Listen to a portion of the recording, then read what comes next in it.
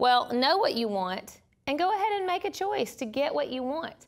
Don't be shy. Don't try to please your mother-in-law. Don't, you know, really invest in some key pieces. And it's okay to slow down and let rooms evolve over time. Somebody this morning here on the staff said, how long did it take you to get your house the way you want it?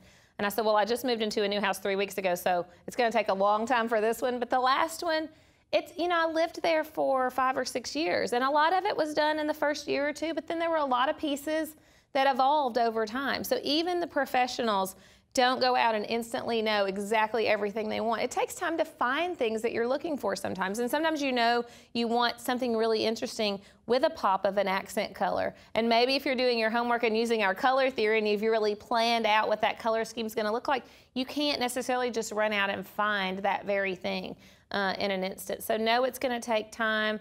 Designing like the pros is a real key to this. And what does that mean? Well, the professional designers like me and other designers I know plan it all on what I call on paper first. We don't go start buying a sofa and a chair and some other things and hope it'll work out. We literally make a roadmap, and we already know. Even if for you at home or as a consumer, you're printing off from the internet, here's the sofa I think I want, and here's a coffee table I think I want, and I'm considering these 3 paint colors, and you literally start building your own sort of inspiration board, or even almost like a keyed, what I would call a keyed floor plan. Here's the sofa, it's gonna go here. Here's the chair, it's gonna go here, and map it all out first. That keeps you from making mistakes, and it keeps you from talking yourself out of taking risk, because it's more like taking an educated risk. You know what everything else is gonna be, so you have the confidence to know that if I splurge on this exciting, colorful item, it's going to work and be supported by everything else in the space. And really educating yourself on what's out there. So just because you saw one cool table doesn't mean that's the only option. Maybe it's metal. Have you considered wood? Have you considered stone? Have you considered something that's painted in a bright lacquer finish? Know what's out there and really educate yourself. All of these things are going to give you the confidence to then really indulge in some pieces that really excite you. And you know, we all hear life is short, but drink good wine, or life is short, wear the great shoes. But life is short. Buy the cool coffee table or paint your wall purple, but know why you're doing it. And that way it's going to work for you, and you're not going to be bored with a color choice that you make. So hopefully those ideas help you with those color fears. Also do that gut check. You know, we all know every time that you ignore your intuition and buy something boring, don't you go home and go, I knew this was going to be so boring. Like, why did I just not get the red suede boots? And then sometimes you spend twice as much money because you go ahead and end up buying the thing that you loved, and then what the heck do you do with this one? Give it to your sister, sell it on eBay. I mean, then it's more of a problem than had you just made a good choice to begin with. So do that gut check and know what's motivating you. Yes, question? It's really funny that you say that, and I just wanted to comment on it, because you tend to, I mean, I'm one of those people that goes on my gut a lot of the time, but I don't really think about it in this regard, and so I think it's interesting because I tend to go off what people like. I'll send an email to all of my friends and say what I'm buying a new comforter. Which one do you guys like the best? And they all like this one, but then the other one is the one I really liked the most, and I would tend to probably go with them. And you would. I wouldn't put, I wouldn't put this under the same category as a gut check, I guess. Telling on yourself too. You're so, I mean, like, brave.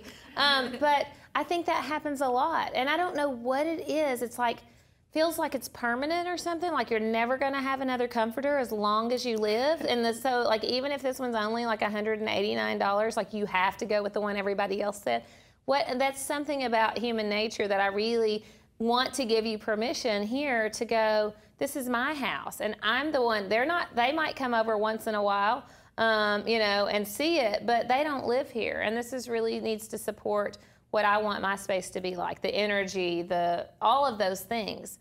And as we go through, hopefully all of you will leave here, and people that are watching at home will actually come away after these 3 days with knowing what are my color goals, or at least if I don't know, have a list of questions to go start fleshing that out. Because and that's really, I think, what professional designers do that's so valuable for people, we cut through some of that and give you permission to really select things that excite you and that work for you.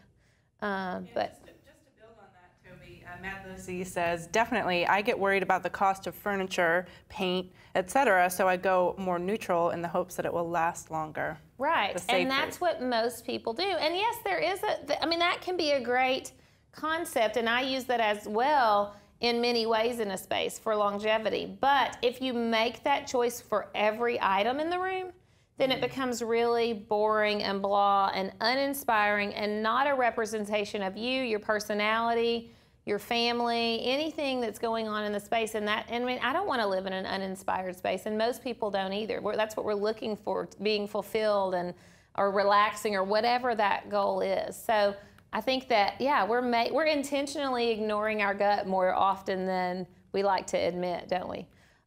So, you know, really thinking about, if I love it now, will I always love it too? And a lot of times you will, but you have to know your own personality. Like, notice the way you are with other buying choices. Do you find yourself often having buyer's remorse about things? And maybe even analyzing why. Did you buy it on a whim? Did you buy it because somebody else said so?